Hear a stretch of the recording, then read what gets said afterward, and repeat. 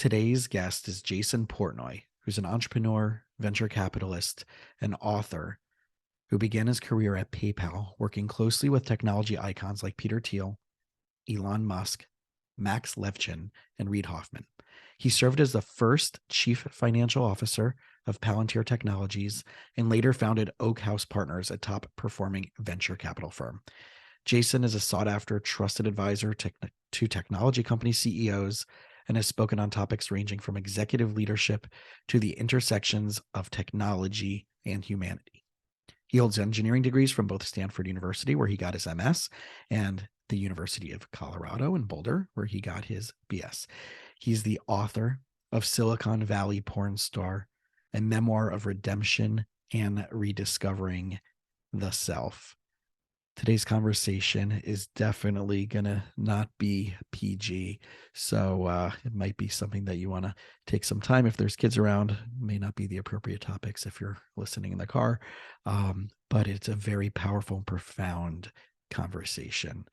And I really look forward to hearing feedback from everybody who has listened to this, if they got any value or benefit or any insight into the work, the process, the healing that we all need to do as a society, whether it's struggling with personal challenges, whether it's working through relationship issues, or even finding the right balance of work, life, professional identities. All of these topics we're going to get into today with Jason. And as always, please leave us any feedback. Please feel free to leave us a review on iTunes or anywhere else you can leave so, because that helps us get discovered by more people. And hope you enjoy today's interview. All right, y'all. Welcome back to another awesome episode. Hopefully, I already know it's going to be awesome because as you heard in the introduction, not only is Jason an accomplished person in the business world, but in the world of working on self-growth, self-mastery, self-awareness, and vulnerability, authenticity, all of the favorite topics that I love talking about, especially as it relates back to psychology and business and personal development. The real authentic conversations that you don't always get to hear on different podcasts, where it's all about like, here's what I've accomplished and here's the rise and grind versus the nitty gritty tangible stuff. And Jason, I'm really looking forward to getting further into that with you. Yeah, me too. So, and also you're the first other Jason in 150 plus episodes. Come on, no way. I know, right? I finally get to a namesake. I'm honored. So, likewise.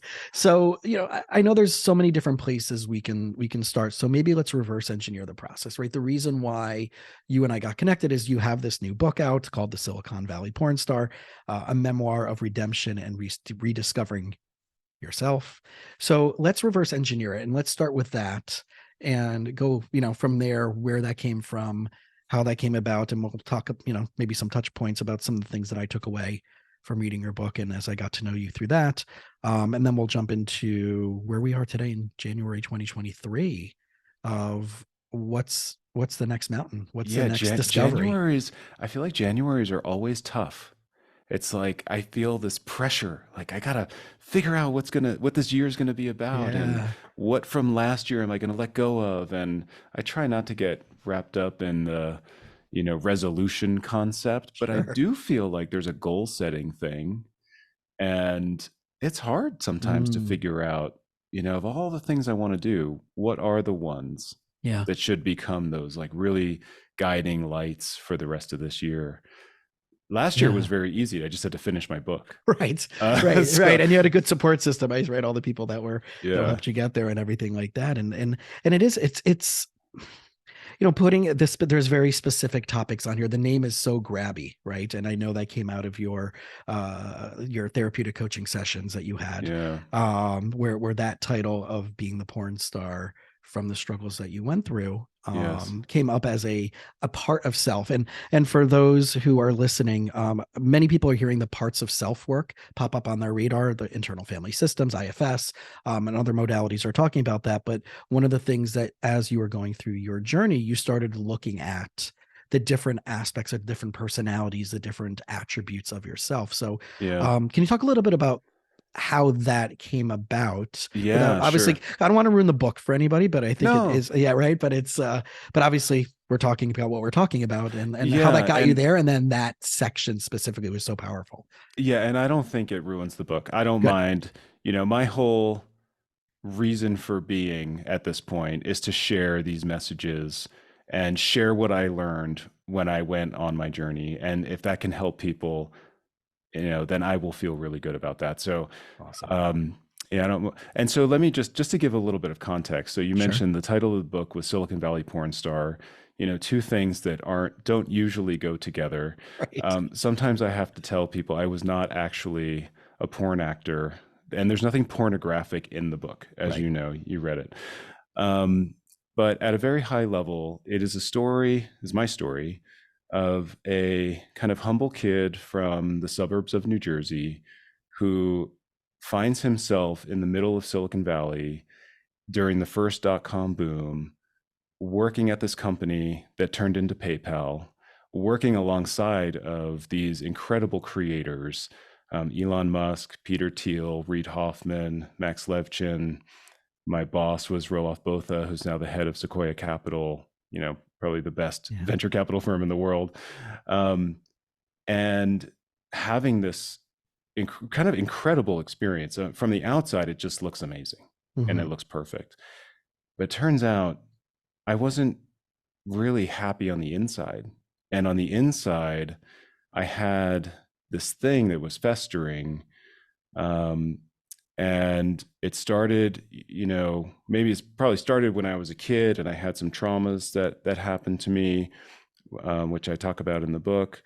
Um, when I got to college, I found online pornography and it just kind of sucked me in. And pornography, led to cheating on my girlfriend, who then became my fiance, who then became my wife. And I was kind of cheating all in the background for, all along the way over the course of many, many years. And then eventually I got caught and I had to come to terms with the fact that I had a serious problem Hmm. and I had to resolve it if I wanted to, if I was going to move forward. And Yeah. so, in the course of some of those therapy sessions that you mentioned earlier, this life coach I was working with nicknamed this part of me that was stuck in this world of pornography and sex, porn star.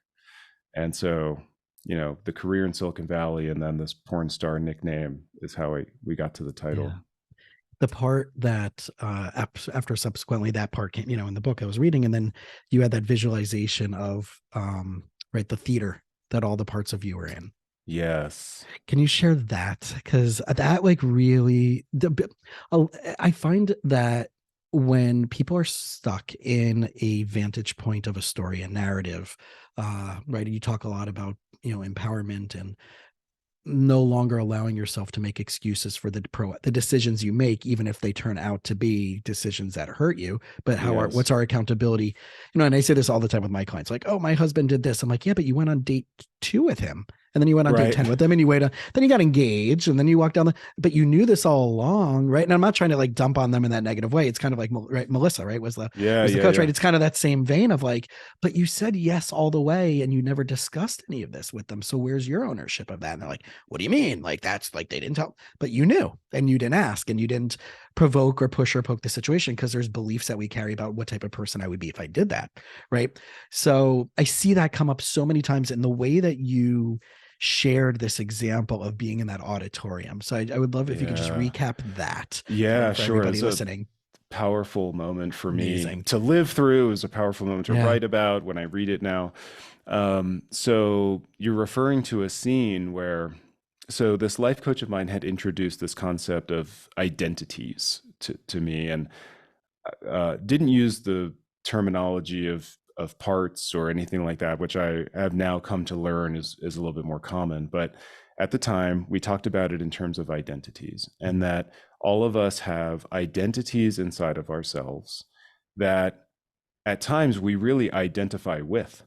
And we kind of make the mistake of feeling like, there's this thing I'm doing, or that there's this thing that a part of me is doing, And then I make the mistake of feeling like that's my whole self. Mhm. And I identify with that thing and I define myself by this thing. And so, and part of saying that there are identities inside of us is it kind of depersonalizes it a little bit. And so in my case, we said this identity that was, addicted to pornography, addicted to sex, couldn't let go of those creations. And in order for me to talk about it more openly, it was helpful to dissociate myself a little bit and say, this isn't who I am. I'm not a bad person. I'm not stuck here, but this identity of mine is, and we're going to try to figure out why. And Yeah. so that began this process of like separating these things. And there's a scene where this identity of mine, whose name is Porn Star, is, I'm my eyes are closed. I'm in a coaching session, envisioning this identity kind of acting out. And it turns out he's on stage in an auditorium, and all of the rest of my identities are in the seats of the auditorium, and they're watching him, and he's just demanding attention. Mm. He just has this insatiable need for attention.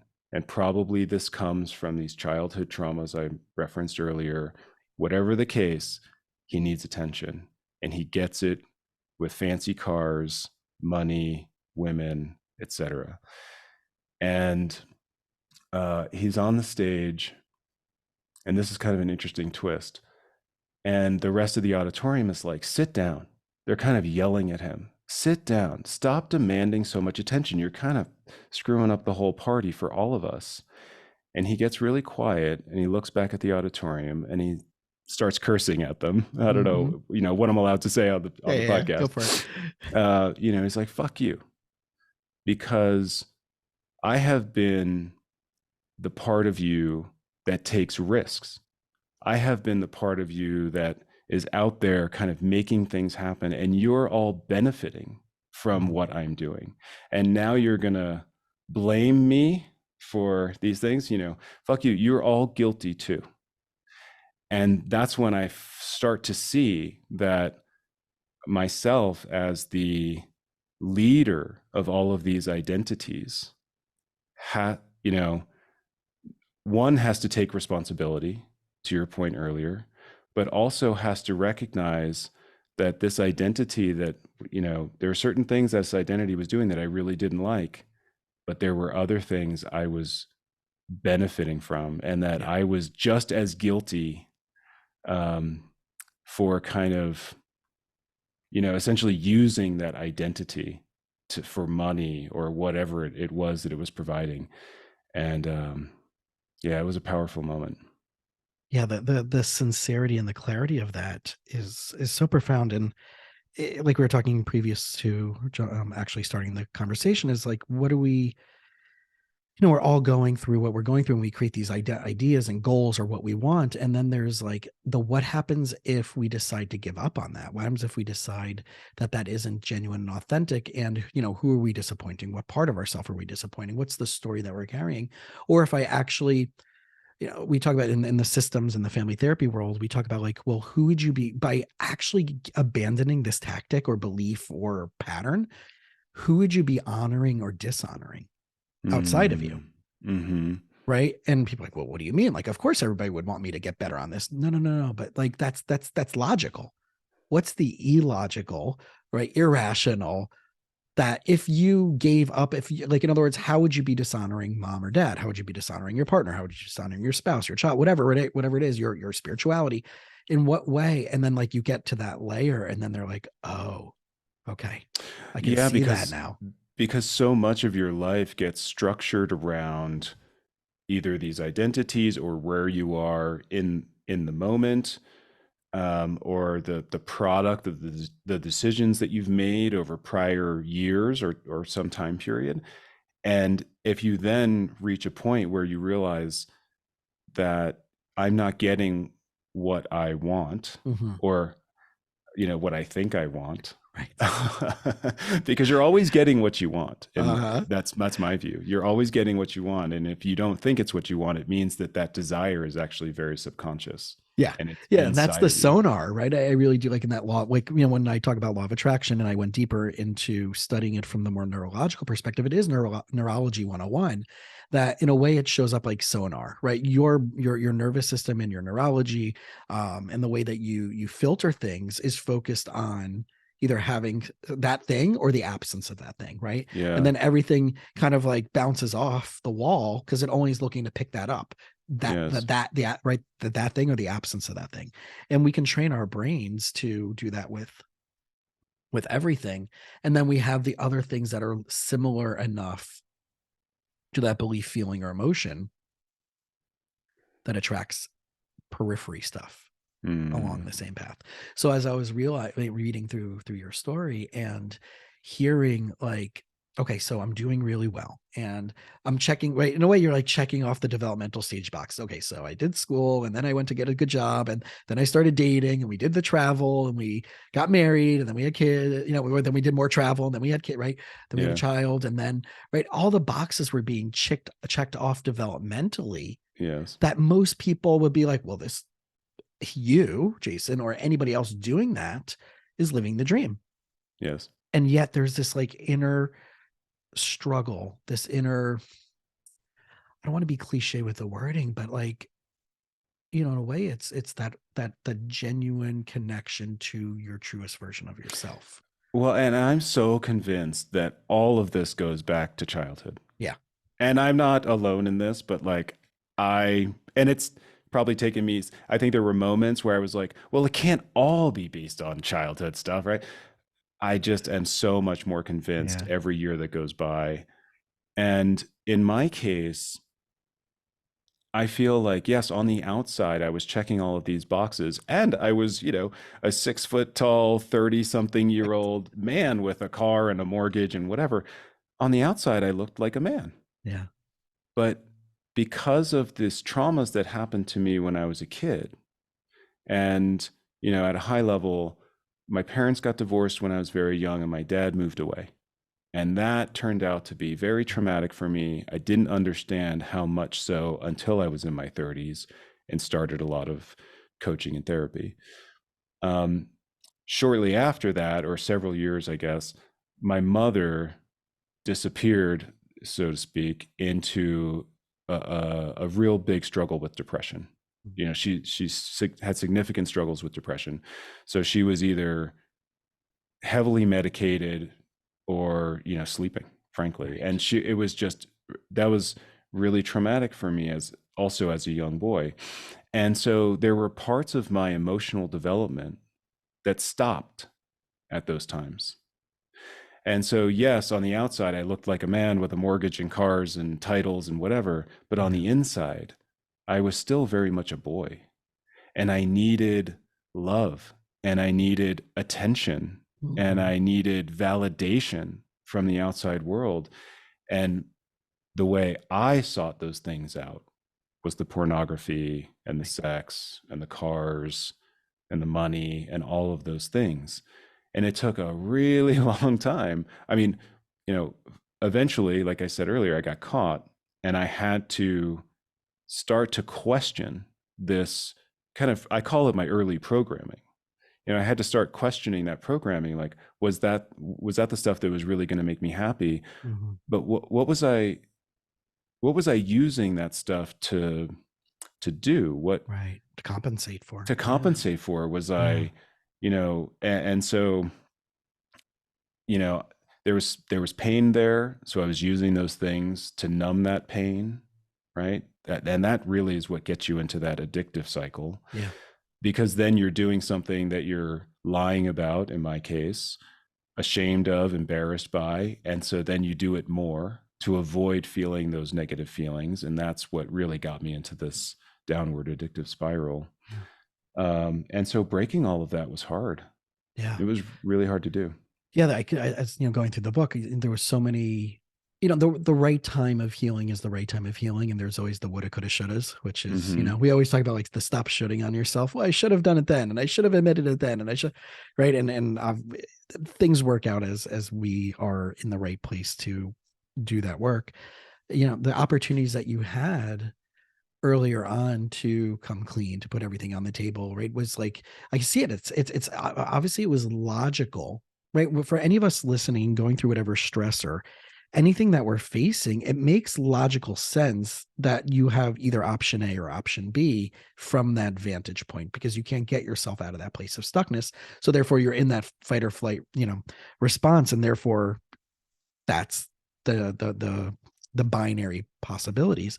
But it's so interesting to see, right, with no judgment, of understanding how many opportunities, like you talked about, Melissa, right, was the coach, that she's like, are you sure there's nothing else, right? And you're like, I know she knows, Yeah, I right? mean, from the first day, the first day, my first coaching session with her, my homework was write down all of your secrets. Right. And I looked at her. I mean, there's probably terror. My face probably went white, you know? I Yeah. was like, how does she know I have secrets? Yeah. But Not her she first knows rodeo. Yeah. everybody has secrets. Sure. We all have secrets. Um, Sometimes they're secrets that we're consciously keeping Mm-hmm. from other people, maybe trying to keep from ourselves, right?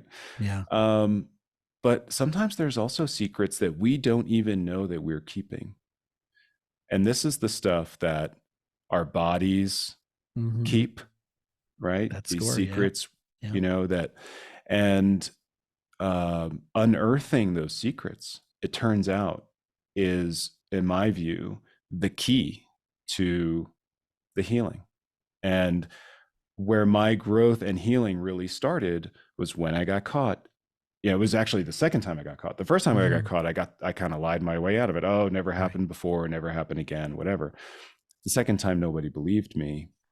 And so I had to come clean. And it was a really weird experience. First of all, it was terrifying. Yeah.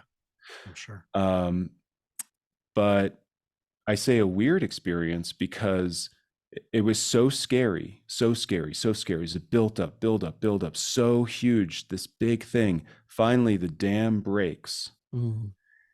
And after the dam broke, I had this feeling of peace. It was like, I don't have to run anymore. Yeah. I don't have to hide anymore. And it was only then that I realized how exhausting all the running and hiding and lying and embarrassment and guilt and shame, all of that stuff I was carrying, that, like I said earlier, was driving me to keep doing these things, right? To keep running. And, once the dam broke, it was like this, this moment of peace. Yeah.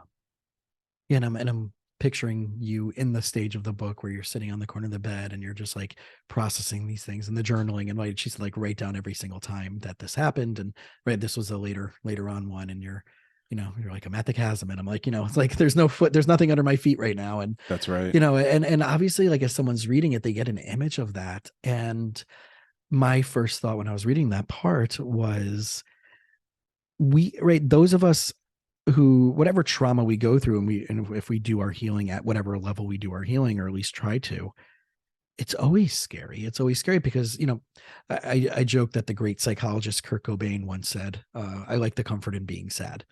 uh, Right. And then substitute sad for whatever X variable in mm-hmm. this. Right. So in that moment of like, you really truly like just having this floodgate open of like vulnerability and truth, and a little more compassion to yourself as well, or a lot more compassion to yourself and love to yourself, it is goddamn frightening Yeah. to any of us who have never faced that, with also probably a level of unconditional surrender and unconditional love finally to ourselves. And what that actually means is being at that level of vulnerability, being at that level of bravery. Yeah. So there's two things that come to mind. So just so I don't forget the second one, it Mm-hmm. involves the falling metaphor. So I'll come back to that. I was so lucky, I feel, to have this life coach who loved me unconditionally. There's other people in my life, I'm sure, who loved me Yeah. unconditionally, but in that moment, there was this woman on the other end of the phone, basically saying, "It's okay. This is part of your journey. We're going to figure out why you created this Yeah. and why you were moved into this creation. But it's okay. You're going to be okay. We're going to move through this together. Yeah. Um, you're not a bad person. You know, don't beat yourself up. You got stuck in this thing. And I feel so lucky Mm. that she was there. And also my wife um, also gave me space when that in that moment when that happened. Yeah. You know, she was very hurt. I had to move out. I mean, we didn't know if we were going to get divorced or whatever. Right. Um, but she also gave me that space and said, look, this is something you're going through. You need to work on this. And by the way, I'm going to take responsibility for my side of it, which was a really important part of our healing as a couple, Absolutely. as you read in the book, Yeah. was her also taking some responsibility. Um, but It's a yeah, collaborative, it's a yeah. collaborative creation. And a lot of like with couples, 50% of my week is couples work. Uh, the anybody who comes in and just says like fix my partner or right or I'm just here to get them off my back, right? I Oh, tell big it's red flag. big red flags, right? And I Big don't red even take flag. those, right? And I tell my clients up front, right? And I remember hearing it from the business, but you'll appreciate this because it really comes out of the entrepreneurship world of the complainant, the consumer, and the visitor. Mm, Right, the consumer is, I'm here, what do we need to do? I'm looking for my partners and I'm looking to get to an outcome and a goal, right? And that will be right, the rising tide raises all ships. Then you have the visitor, which is, I'm only here because this person's making me and I'm only doing it to get them off my back, and therefore you're going to get the bare minimum out of me, right? And then you have mm, the complainant is, this is what's wrong, it's all them. They're the contractor that's screwing everything up. They're running behind their thing. They didn't finish their part of the payment. They didn't, right? That's yep. the right, the blamer and the victim person, right? Which, but so those are the three types of people that I feel can show up in front of any of us. And I talk about those things and I'm like, listen, I'm only looking for the consumers, that you're going to have to, and if it's difficult for you to take ownership and accountability about how you ended up in this in the first place, it didn't start with the person that you're talking about. This has been there Right. way before. How did these things allow you to allow this into your life in the first place? And I Right. love how she walks you guys through that, and Yeah. how she holds your wife accountable to her That's stuff right. That's right. And with compassion, with right? compassion. And Yeah. with non-judgment, you know? Right.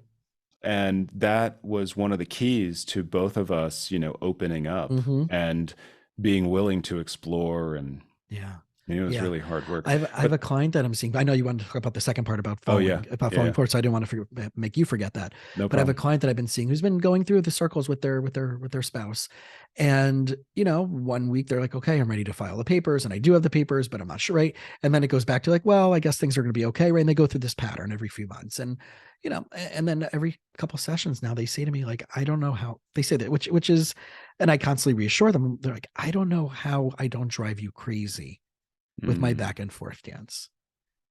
And I always say to them, number one, I genuinely care about you. Number two, and then when is, I'm only here for you to get to the healthiest point for you being the healthiest version of you. So from yes. that place you can make the healthiest decision. I'm not here to tell you get divorced or stay together in your relationship. Yes. It's that if there's something new that's coming up that threw you off your ability to be the healthiest version of you, I'd rather focus more on that than why you feel like you're wasting my time as me being your therapist because you committed to getting divorced and you made that decision and now you're back with him and you're going on a vacation with him and you're afraid of going through this process again, is not driving me crazy. Yes.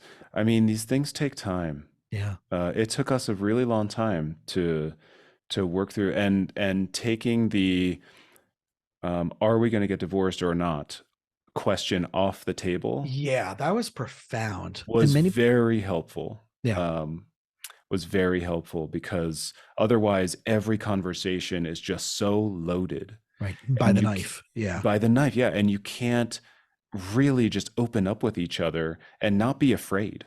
Yeah.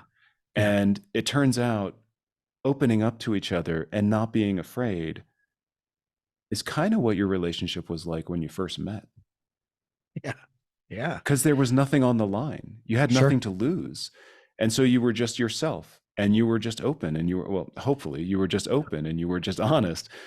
And when that started to happen for us, it was like we started to fall in love all over again as two new people. Mm-hmm.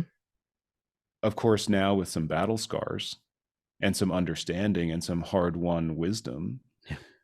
Um, but that was an important thing to take that off the table, like, so that every conversation wasn't like, Yeah. are we getting divorced after this conversation? And I Um, hear it in like, I do a lot of work with young professionals and singles, and I hear like, the dating sucks, and I'm always getting these, right? That why is every person, right, South Florida, right? Why are all the guys like this and all the women like this, and like, right, but you're attracting that, right? There's that's something right. in you that's like, we can blame, like, but you also chose to live here. Well, no, but my family's here, and okay, but that's still, how do you allow that to be a non-negotiable versus I made that choice? Yes. And I think that when we're looking at whatever situation in any domain of our life, business and personal and spiritual and whatever relationships, it's how can we do that work? How can we, guide and journal and work with, professionals to unpackage all that stuff that allowed us to realize that what got us here probably is not going to allow us to get where we really want to go.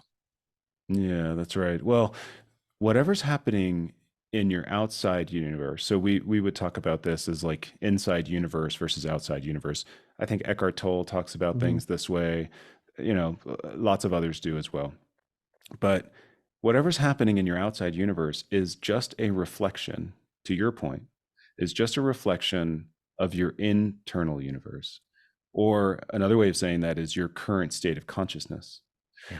So if you feel like the wrong people are being attracted to you or something like that, or that you're not able to meet the types of people that you want to meet, the solution to that is nothing on the outside.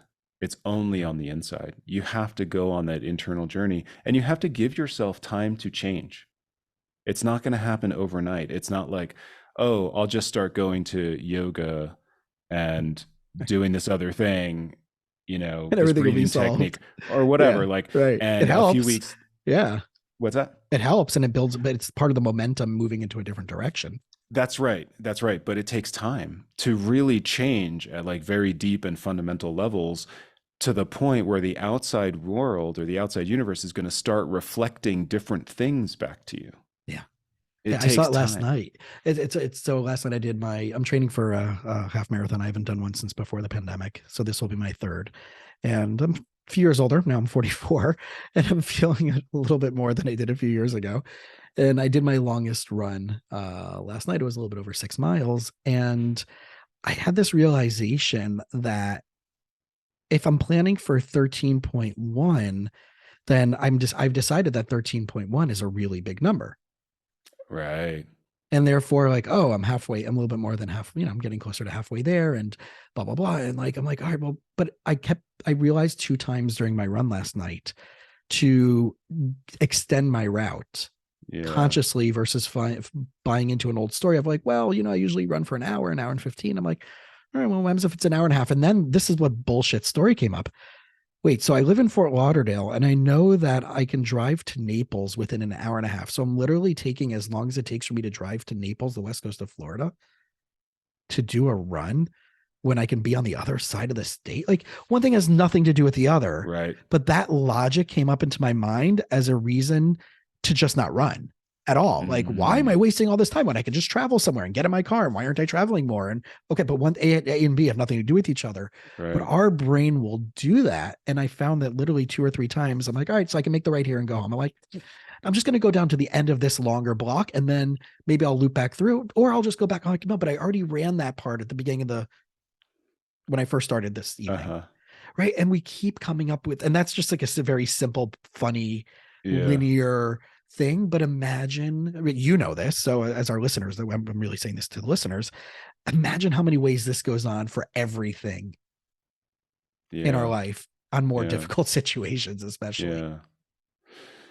Yes, I mean, sometimes you just have to, well, I mean, I was going to say sometimes you just have to move forward without being too focused on the goal. Mm-hmm. And we hear this a lot, people's the journey. I don't know what the Journey of a saying thousand is. step, right? A thousand Or, miles. So it's well, yeah, or like it's about the journey, not the destination, right, right? You'll see right. that written on a plaque on the wall in a coffee shop, right? And you're just like, oh yeah, Yeah. I remember that. And then 5 minutes later, Or a you kind of woman's or a forget woman's t-shirt on her way to Cancun. Yeah. or whatever. Yes. Right.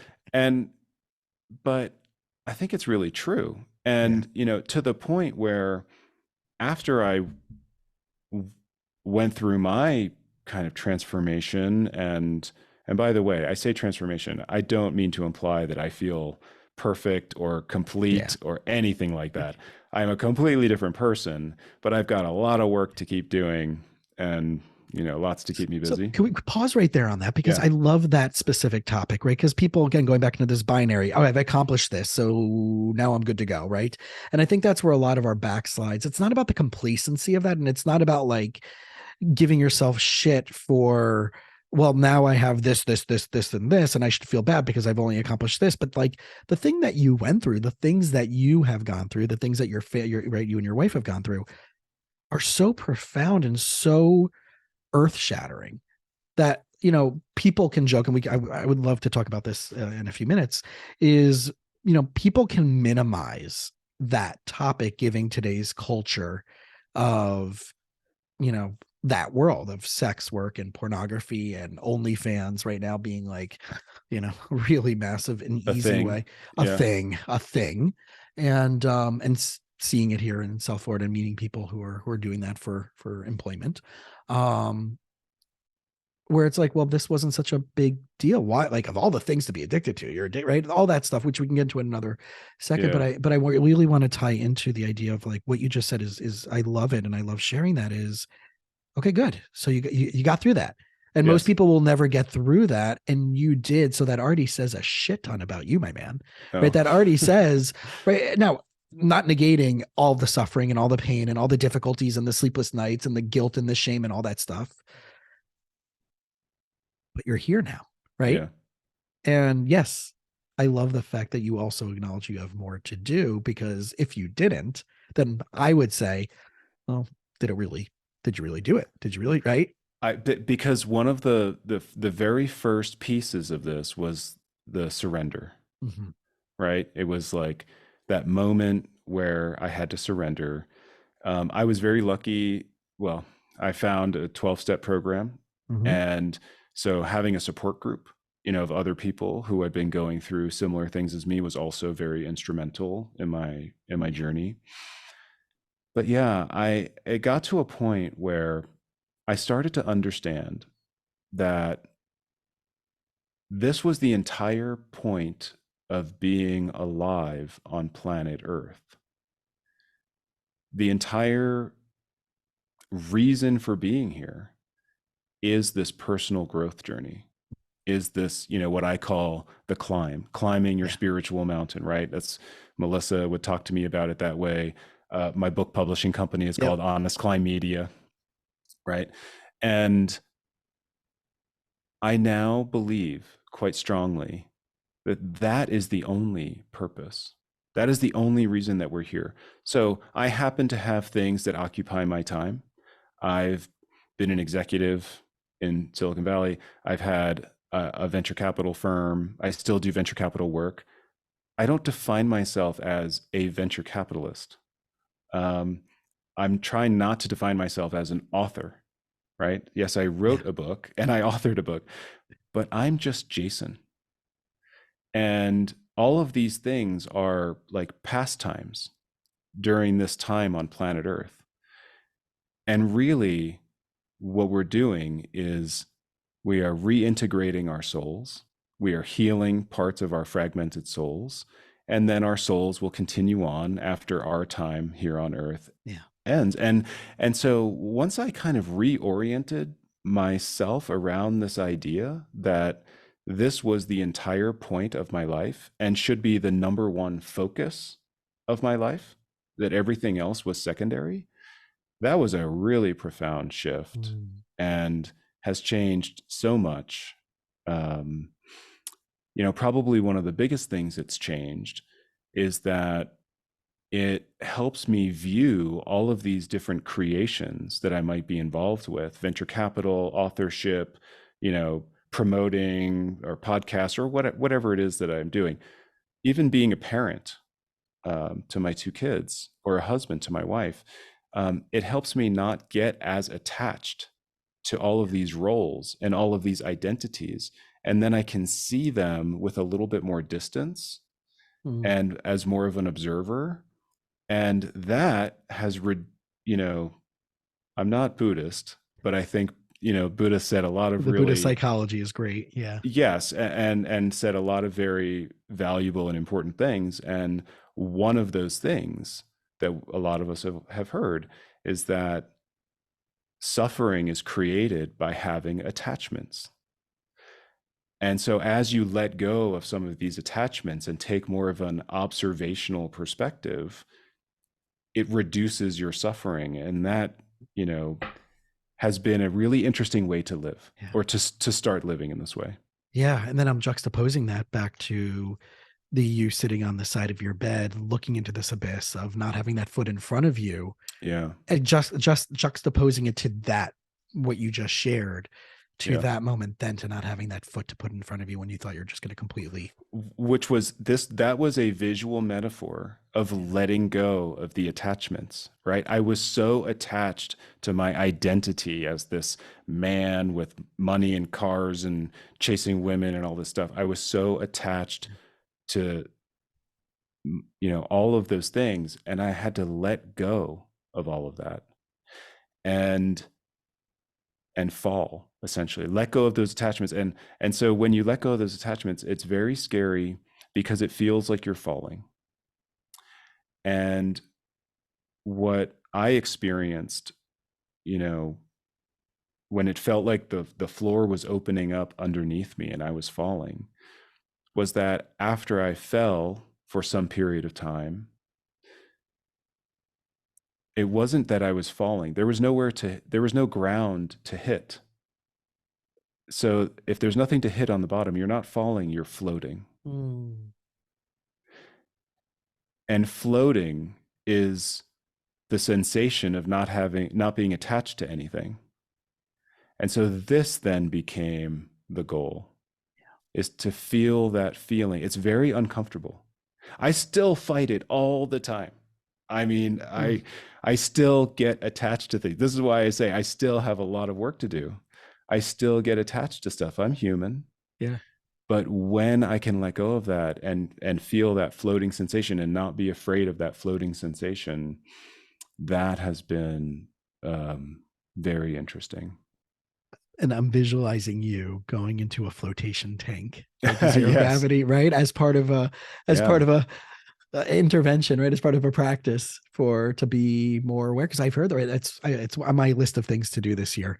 I'm going, psychedelics are now on the forefront with mental Yeah. health and stuff like that, and I've been researching all of that, and the mind body work that I've been doing over the last couple of years, neuroemotional technique specifically, which has been so profound and a game changer for me. I stumbled into it going through panic attacks pre and post my divorce, and the only thing that got rid of it was this modality, neuroemotional technique. And this Thursday, I'm going to be back in San Diego. When we first talked on the phone, Oh yeah. I was in San Diego on the way down to a conference, and now I'm going back to coach their certification class next week in San Diego.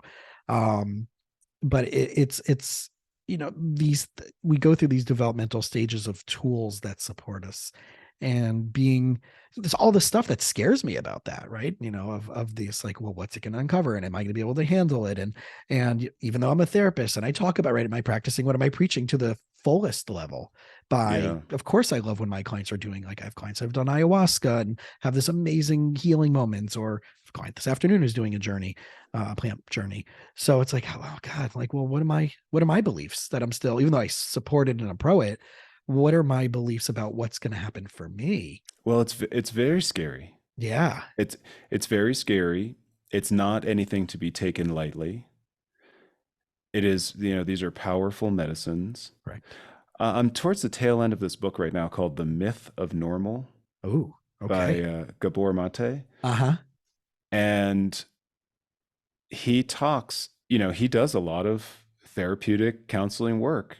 and eventually towards the end of the book, I don't want to give too much away, Mhm. but he goes and has some of these plant experiences, and I think it had a really profound Yeah. impact on him and the way that he Right. now, views Views his everything he's role been doing. Yeah. As a as, facilitator. coaching and counseling and Right. facilitating. Yeah. And Yeah, Gabor that's Mate right. is huge with, as in our world of therapy. And Yeah. yeah, I'm finding it more and more and more, right? With whatever, any types of, a lot of trauma, like NET specifically is so amazing for trauma and panic and anxiety and self limiting stuff that we don't even realize is in there. And I'm just loving that, like, our generation, our age bracket specifically of people have these tools that Yes. 20, 30, 40 years ago. It's funny, just as a side tangent, my grandmother had two brothers, both were psychiatrists.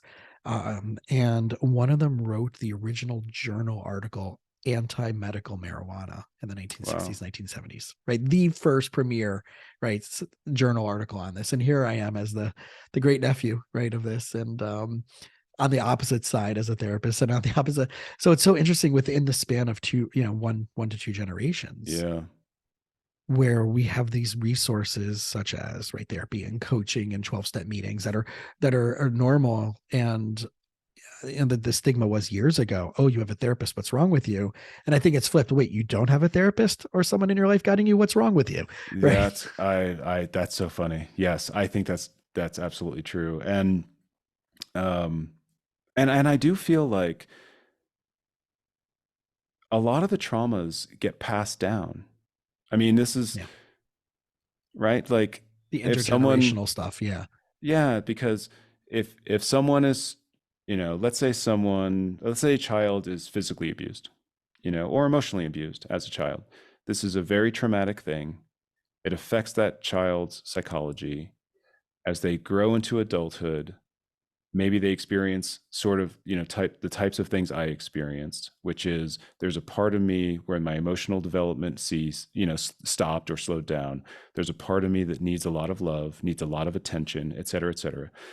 Is an adult that has those qualities prepared to be a parent?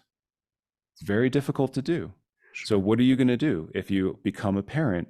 You're going to pass those traumas down, not intentionally, right? Right. You don't set out with malicious intent, but it's going to happen because that's what you know. And you're going to reenact those things as partly your way of surfacing them and moving through them and processing them and metabolizing them. Yeah.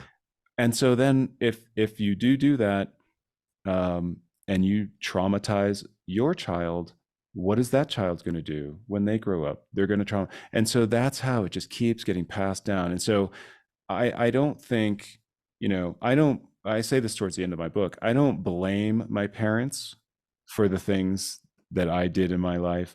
I Mhm. don't think they're bad people, right? They were dealing with the cards life had dealt them with their own childhood traumas. Yeah. And I don't go, that's their business. And I don't go into Right. what those things were. But as I've gotten older and we've talked more about it, I've learned more about them. It's like, well, no wonder they were the way Yeah. they were. Right. You can move into total compassion Yeah, that's as right. much as possible, right? With that. Well, and I do think that's a healthy Yeah. place to get to, is this compassionate, non-judgmental.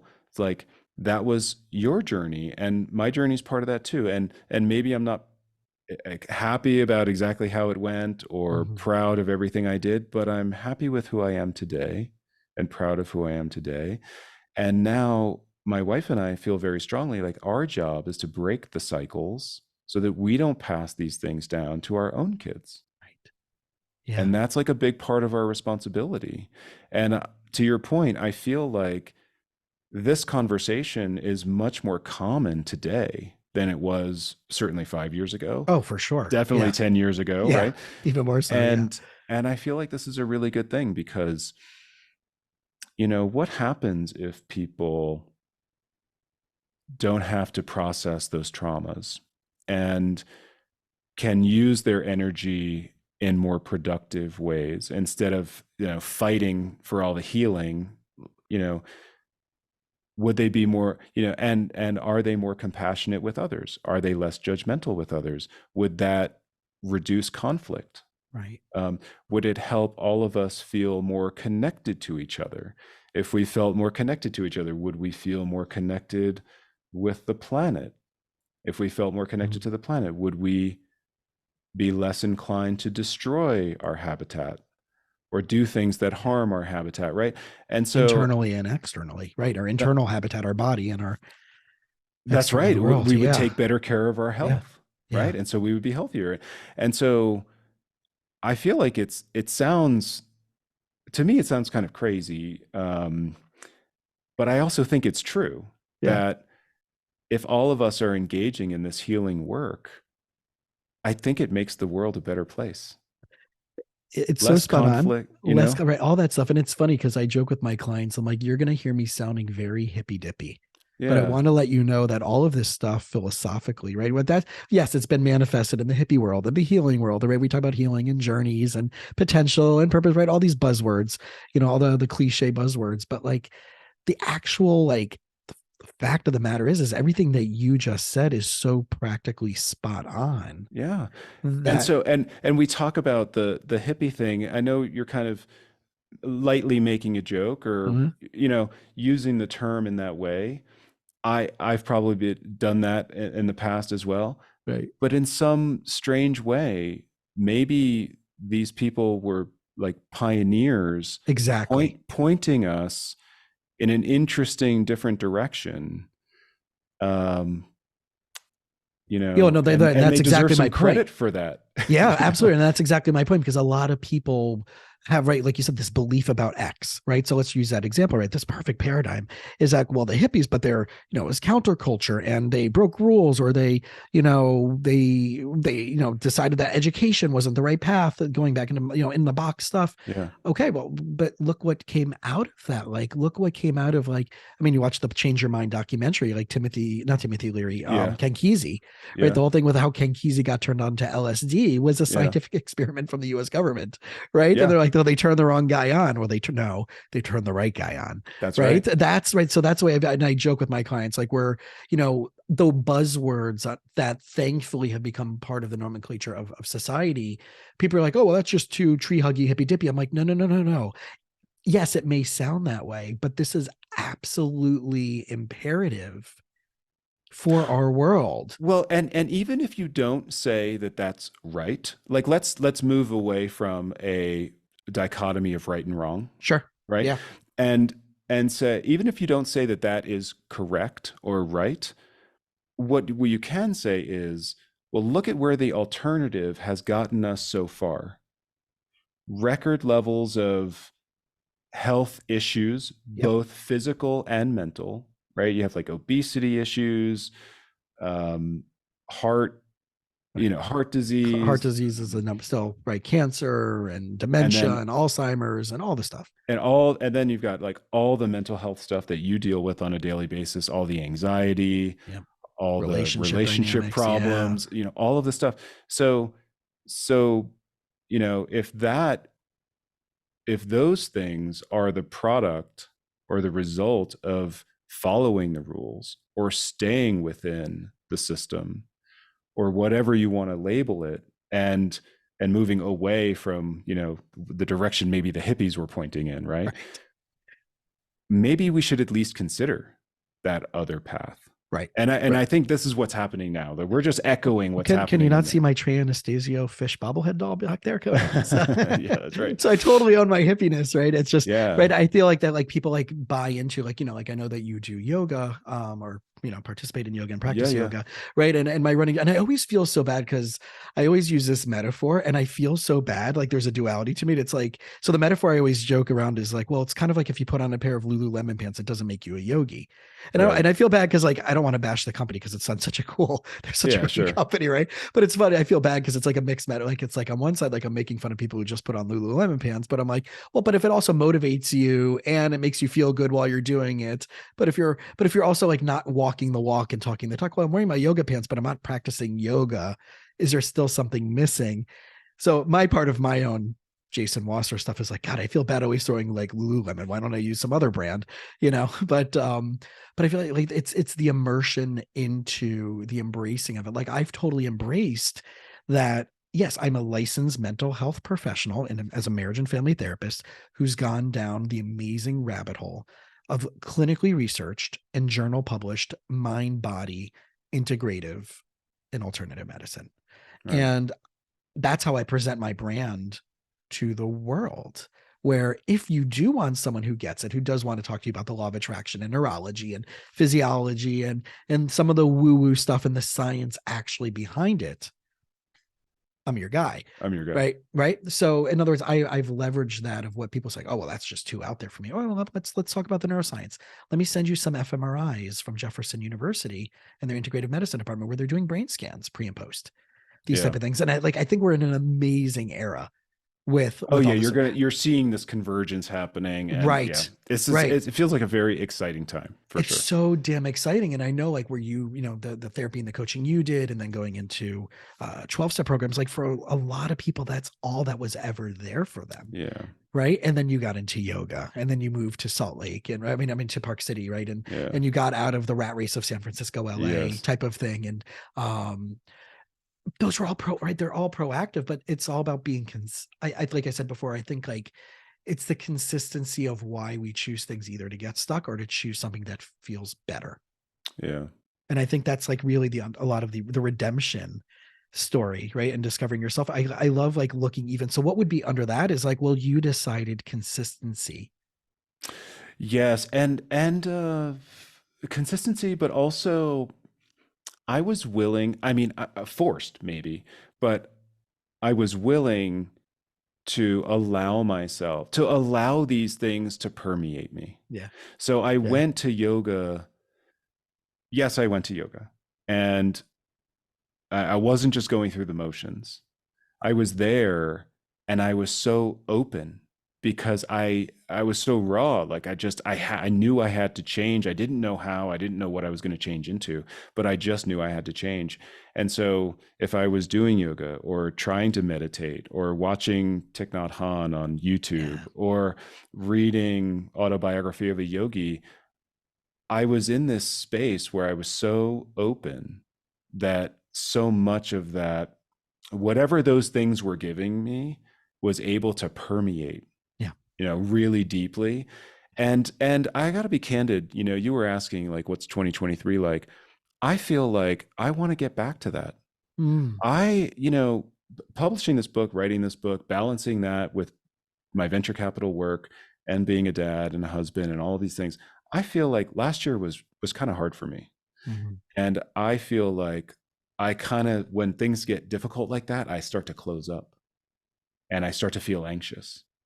And I really feel like what I want to do this year, like I've already journaled more this year than all of last year. Awesome. I That's probably amazing. meditated more this year than all of last year. I've run more of Um, this in the last 3 weeks than I have in the entire, I think, through the entire pandemic. So I there you get it. go. Yeah. Off to a good start. Yeah. Yeah. And so, that's one of my big themes for Yeah. 2023. You mentioned very early that we would talk about that too. Is just to get back to that Mm. place where that openness, so that whether you're going into yoga or trying to meditate or reading something that's going to teach you something, that you go into it with a really open heart, so Mm. that whatever it is that's coming to you, whatever experiences you have, if you do go try any of these alternative modalities, right? Yeah. Going into it with such an open heart that it can have it, do its work. You Yeah. know what I mean? I remember just to tie this in. It's funny. I almost moved out with my ex-wife. We were checking out the Boulder community, and she was considering going to graduate school there in Denver. And we got connected. We had friends in the Jewish community there, so that's how we became networked with that place. And I remember like people are like, you know, anywhere people are like, "Hey, how are you? What's going on?" Right? And in Boulder, I found that people are like, "So, what are you working on?" what are you working through? What do you what do you like it was such a different frequency. And I wonder if Yeah. you find that like, in like, the, where you are as well in different I places. don't feel like I don't get that as much here. I lived in Uh, Boulder. I oh, went to okay. school in Boulder. Right. Yeah. Right. I don't feel like you get it quite as much in Park City. It doesn't have Right. that But does that make same. sense? Right. Yeah. Having been, right. Because you're at CU. Right. So, and my sister-in-law went to CU also, but like, right. I see that. Like, I mean, obviously there's the other type of mentality in Boulder also, which is, Yeah. Yeah. whatever it is, it's, That's where Elon's brother lives, actually, right? To my Oh yeah, it's a restaurateur, I yeah, think. Yeah. yeah. So yeah, but it's so interesting. So I'm like, okay, how am I practicing my bolder mindset of like, instead of being like, hey man, what's going on, when I see someone now, like, oh, so what are you working on? What did you take away from during the pandemic? What did you learn about yourself? Right? Because we're now like we can, right? It's BP and AP, right? Right. Before pandemic and after pandemic. I'm like, so what'd you learn about yourself over the last 2.5 years since I last saw you? And I'm like, what the fuck? Like, dude, like, just want to have my coffee. Leave me like, no, no, no. Like, what'd you learn? Like, what was that like? What was that experience like for you? Yeah. And I'm like trying to bring that consciousness. And they're like, oh, you're just a therapist. That's why you're asking this. No, no, no. Like, I really want to connect to people at that level, but it's playful, but it's also like, I wish we can practice that more. And like you said, the journaling and finding, one of my friends messaged me last night. She's like, I found this journal that I'm in love with and I'm telling everybody about. And I'm like, all right, well, email me the name of the journal so I can recommend it to my clients if it's that good. And trying to find the name of it right now. But like, is there any journals that you, I know we are our time and we got to wrap up, but I know you named some people that you listen to. Is there any journals, any book? I know Bradshaw, right? John Bradshaw was one of the books Yeah, that so I mean, really, various parts of my journey. Probably "Healing the Shame That Binds You" was a really powerful book for me yeah. when I was trying to let go Mm, of the shame and the guilt and the embarrassment that I felt for all the things that I had done, which took years after I got caught and after I surrendered, and I started going to 12-step programs and started repairing trust with my wife. I started repairing trust with myself.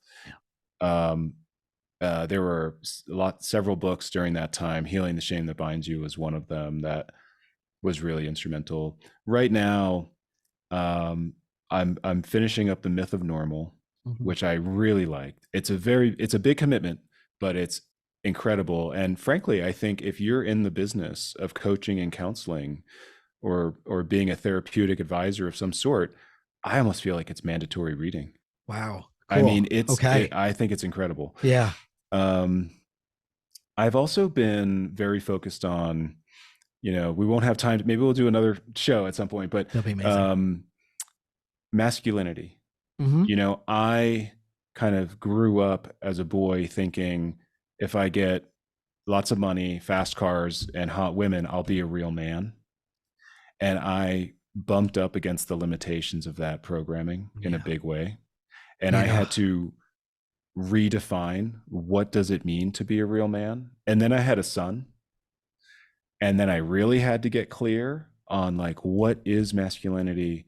How am I supposed to be a mature, empowered adult Right. male in our modern culture? And so I usually have a book or so that I'm reading on that thread as well. And the one I'm finishing right now is called Grow Up by a guy named Owen Which was Marcus. a theme Yes, in your book yes, as well that you were yes. directed to That's and exactly right. challenged out on. Yeah. That's exactly right. Yeah. So that one's been interesting. Yeah. Um, The whole alpha, I mean, we obviously saw in the news over the last couple of weeks someone who proclaims that lifestyle and teaches that lifestyle to other adult males or other males got arrested recently for some oh, stuff, I right? don't know the story. Oh, yeah. Well, there's I don't know, whatever. It's Andrew Tate. Okay. That Well, whole I'm sure it's a big story. One of the things in December I blocked CNN from my phone, so yeah. I've like tuned out Oh, lots of news. yeah, yeah. I mean, it's everywhere, right? But it's like that Yeah. was that whole like, here's how to be a masculine male and blah blah blah, right? And all these things, and it's everybody like even a clock is right twice a day, type Yeah. of thing. So it's kind of like the and everybody's like going down on Jordan Peterson or this and that's like, well, you're a therapist. How can you like and you believe these? I'm like, listen, like you got to listen to, taking in information and then sifting and sorting through it. This is a whole nother conversation as well, which I would love to have with multiple people that I've had have a panel of advisory Let's do guests, it. right? And you and Yeah. I would love it because you'd be a perfect person for this. And I'm thinking of two or three other people. I have like this panel of advisory of like, okay, let's pick this topic or this person or this controversial thing and let's break through it Oh, I from, love it. right. And I that would love be it. such a cool idea. We But like, just right, took your show to the next level. whole nother level, right? It's yeah. And I think I would call it my trusted advisors. There you So go. that's yeah. So right, but there's this whole thing of like toxic masculine alpha males and alpha and betas are so big right now, and especially in the dancing itself out of the world of certain politics and stuff like that. and it's becoming right when you're talking about like the disconnects that people have in the world of like, if only we realize this, if only we practice this compassion, if only we practice more of it. Like, I don't think any of these things would be happening. And it's really, it's so painful. It's so painful to watch. It's so painful to experience. It's so like, I feel it in my chest, and it I breaks my know. heart, because I have Yeah. people who are in that world who I adore and I love, that are friends of mine, that might be like, into some of that stuff. And I'm like, but I love you, and I'm not going to let go of your humanity, because I don't want Yeah. you to let go of my humanity if I vote differently or if I believe differently, Right. and I don't know. That's a whole nother side topic, but um, yeah. No, good stuff. Sorry. I know That's okay. I know you and I are there's a lot of stuff from your book that I really felt a lot of, just shared from my parents' divorce as well. And I was born in Mm, Scranton, and family's in Jersey, and I moved to South Florida. But there's just a lot of, as early on in your book, I'm like, even before we talked the first conversation, I already started reading your book, and I'm like, all right. So anyway, guys, ladies, everybody listening, check out jasonportnoy.com. Right, Silicon Valley porn star. The title is freaking grabs you, and yeah, I has like it. nothing to do with being a porn. It's the right, but it's a really, really powerful, if you want a glimpse into true journey, what it's like to go from the risk of constantly having your life being torn apart, Yeah. and being at the moment where it was, and redemption and healing and doing the work, not just talking about the work. Then Yeah. please check out Jason's book. um Anything else that you want to throw on there and add? I mean, thank you. Yeah. I just want to say thank you. This was really fun, and I really appreciate you having me on the show, and reading the book, and I'm so glad it resonated, and I really have a lot of appreciation right now. I really enjoyed this. Yeah. So we're going to put some of the books that Jason talked about. And was there a journal? Was there any journal that comes to your mind just There's off the not. top of I it? just I Okay. just You write on just my draw? laptop. Okay. Yeah. Okay. So you just brain dump in a way. Yeah, pretty much, Yeah. yeah. Okay, cool. Because I know my Sometimes friend. it's like a precursor to being able to meditate, frankly. Oh, Is wow. all because I just like brain dump for 15, 20 Yeah. minutes, and then my mind chatter is quiet enough that I can sit Yeah. So in maybe part of our silence next for. conversation, and those, if you want, if those of you listening want this, reach out to both of us, maybe like walking us through that process, and Mm. maybe in a way we can use an episode to go more into doing the specific types of work that you found helpful to you, Oh, I'd and love that. maybe sharing some of those processes in a step-by-step format, Yeah. because I do, right, the nitty-gritty, like where it's like Gary Vee talks about the clouds Yes. and the dirt, right, the macro and the I micro. know. And people are like, okay, that's great. That's wonderful. But But how how? did you do it? Right, and How stay do you do it? consistent and Yeah. do right. It's really, so yeah, so that maybe that'll be the jumping off point for conversation number two, with Sweet. the talk about masculinity and all these other things. So All right. Sounds good awesome, to my me. man. Yeah. Good. All right, to be Thank you so much, continued. Jason. All Yeah. right. Take care.